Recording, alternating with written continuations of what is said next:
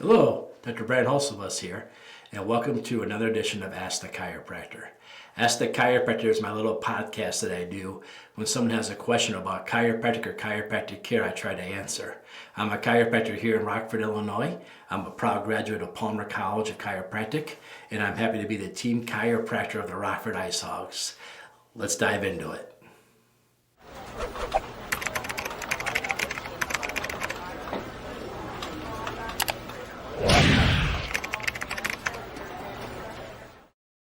Thanks for tuning in again. This week's question has something to do with my name. Not my first name or my last name, but some of the credentials that come after my name. You see, we have to do so much education as chiropractors in order to keep our license. And I like to study various things in order to receive credentialing to make me more of a person that you can ask a question to about chiropractic.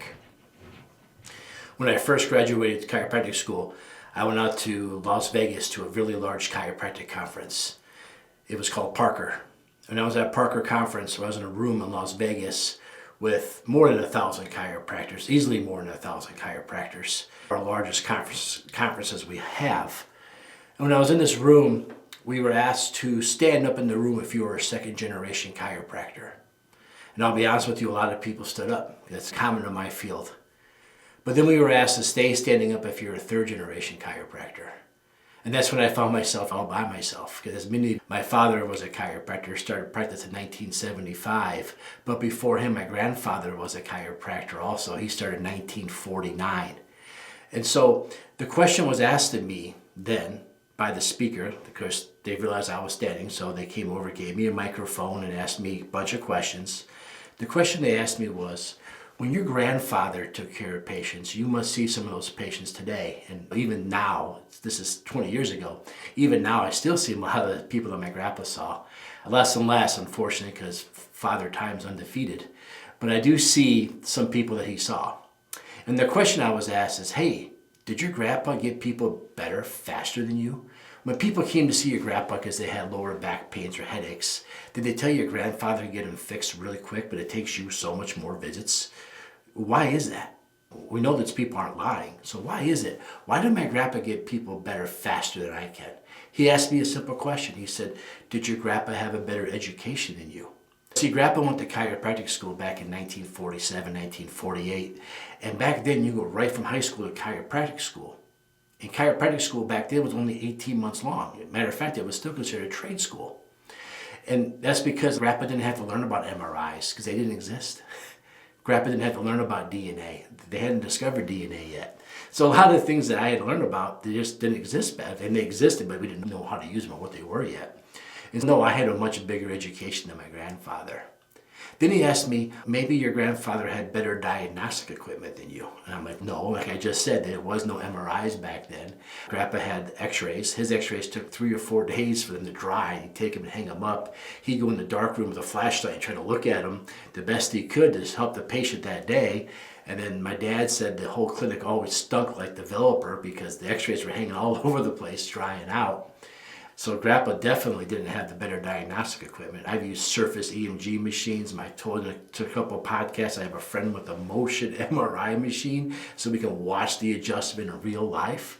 So grandpa didn't have better diagnostic equipment than me. They said, well, maybe your grandfather had a better working relationship with the medical community than you did. And that's hilarious because they tried to put him in jail. He didn't get to practice with a license until 1963.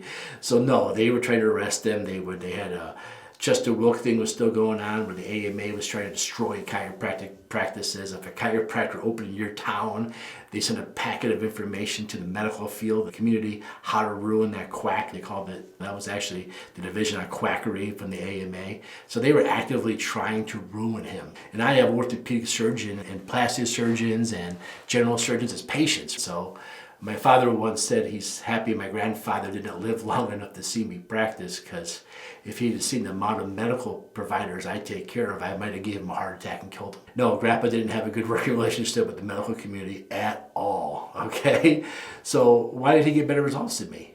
The question was posed, maybe it's not me. Maybe it's not him. Maybe it's the patients. Maybe in today's world, compared to the 1940s and 1950s, maybe today we're that much more toxic. Maybe we're that much more dopamine driven. Maybe we're that much more eating bad food, more angry, more mad, more bad posture, more sitting behind these computer screens. Maybe we're just sicker as a society. And so this course, the CCWP, a Certified Chiropractic Wellness Practitioner, was about how to train our patients to go back to more of a genetically congruent lifestyle that we're designed to have. Dr. Chestnut always called it Eat Right, Move Right, Think Right. Those were his 3 big classes he taught us. So we had 4 big classes that we took with 4 different textbooks, 4 different final exams, and then a final exam on all of it. And I did all that stuff. I was really excited to hear this information because Dr. Chestnut hit a thing with me when he talked about this, is I did have those conversations, right? I could finally answer these patients why maybe my grandpa wasn't that much better of a chiropractor than me, right? We did go to the same chiropractic college, so maybe that's the difference. Now, when I went to Palmer, it was 10 trimesters, and I had to go to school first because things have changed, we've adapted, and we've learned so much more, so we're required to know more, which is only fair. Yeah, so I had my CCWP, Certified Chiropractic Wellness Practitioner. So we studied like what our food is deficient in, what movement are we deficient in, and what's going on with this negative impulses in our heads all the time, causing people to have so much stress and anger, and how do we change the dopamine addiction that we're all under. And to be honest with you, I've really liked these topics, and I take a lot of extra classes, both online, reading, literature, research and stuff, on these topics outside of what I did in the class too. It's just been something I've continued to study over and over again. 20 years ago when I took these classes, I was still teaching my patients what the word organic food meant. Now, I don't have to teach anybody what organic food means today. Everybody knows that. But there's still things in our world and our diet and things that we do that we could do better of. How much exercise do you need? How much walking should you do every day?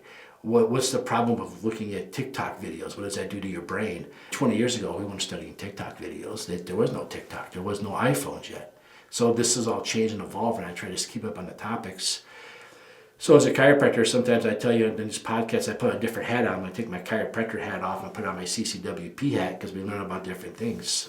And that's what I'm going to do here in my office too. So if you're in my community, if you're in the Rockford area, April 23rd, I'm going to do a holistic night. That's what I call these. And we talk about the things I learned in this CCWP. So what does that have to do with me as a chiropractor, if they have a CCWP? If you come to see me and we find the problem in your spine, you're not getting better, I can address some of these eat right, move, think right topics that Dr. Chestnut taught us and how they might be influencing your overall health and delaying your ability to fully recover at the rate and the speed you want to, right? Because everybody wants to be fixed tomorrow. That's how this whole thing started, right? They told my grandpa they got better in 2 or 3 visits. Why does it take me 2 weeks? And I could teach you, coach on those things. So if you're looking for a chiropractor that's very holistic and natural, looking for a chiropractor with a certification with the CCWP is a huge guide that you're working with somebody with this advanced studies in this area. Now this program's through the International Chiropractic Association, the ICA, and that's chiropractic.org. You can go on that website, you can look up the different councils. You'll see the Sports Council, which I'm also on the board of. You'll see the CCWP Council, which I used to be in the board of, not anymore, but I was on the board when it first started. And you'll see that you can find a chiropractor in your area with this certification. So you can go see a chiropractor who maybe thinks more naturally, more holistic, and more organic, and get the care and the complementary care you need. Now, we get a lot of this education normally, right, through chiropractic school, but this class is definitely a deeper dive. You've heard me talk about taking pediatric courses, same thing, it's a deeper dive. And I've also taken some philosophy courses, the LCP program through Palmer College, which is a bigger dive into chiropractic philosophy.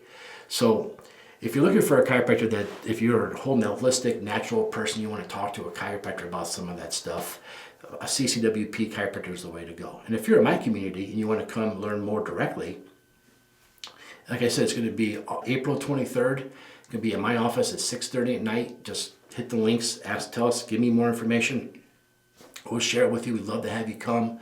I don't sell nothing. I just sit around, we do a round table, and we talk about things. I bring up things that sometimes I question the medical approach due to the lack of success, and try to bring up different approaches to different healthcare problems. One of the ones we talk a lot about is osteoporosis for women. What are some more things you can do? And the cool thing is, I took these classes 20 years ago, and I've been doing this for 20 years. And I actually have patients that these concepts and stuff have worked on, right? Trying to do extra stuff. And through chiropractic care, I'm able to keep them adjusted so they can do the extra things that I'm asking them to do. And for the first time, they're getting positive results. And I'm not saying ditch the thing that you were doing. I'm just saying let's add this and this. You don't have to go against your medical doctor to see a chiropractor. But you can add chiropractic to what you do in medicine and sometimes get much bigger results. And sometimes stop relying on the medicine because your body gets a self-healing mechanism that can take care of itself when you remove all the interferences. And that's what we do as chiropractors. Hey, thanks for asking about the CCWP. If you have a question about chiropractic care, chiropractic education, chiropractic certifications, chiropractic boards, chiropractic exams, whatever you got, I not only do I have my CCWP, but I talked about the International Chiropractic Association. I am the Illinois delegate of the state of Illinois. I am also on the Sports and Fitness Science Council. I am also the vice chair of all of the regional assemblymen. I also work with the students of this program. On top of that, I am also your state president of the Illinois Prairie State Chiropractic Association. I do a lot of legislative stuff. I am one of the Illinois reps in Chiro Congress of all the state associations in America. We get together. I'm the representative of one of the Illinois associations. Not only that, I'm at Palmer College all the time. I'm a fellow at Palmer College. So I stay active, I stay involved, and I stay current. So if you have a question about chiropractic care, I promise you I can get you an answer. Go ahead and leave a message after wherever you're watching or seeing this, and thank you for tuning in.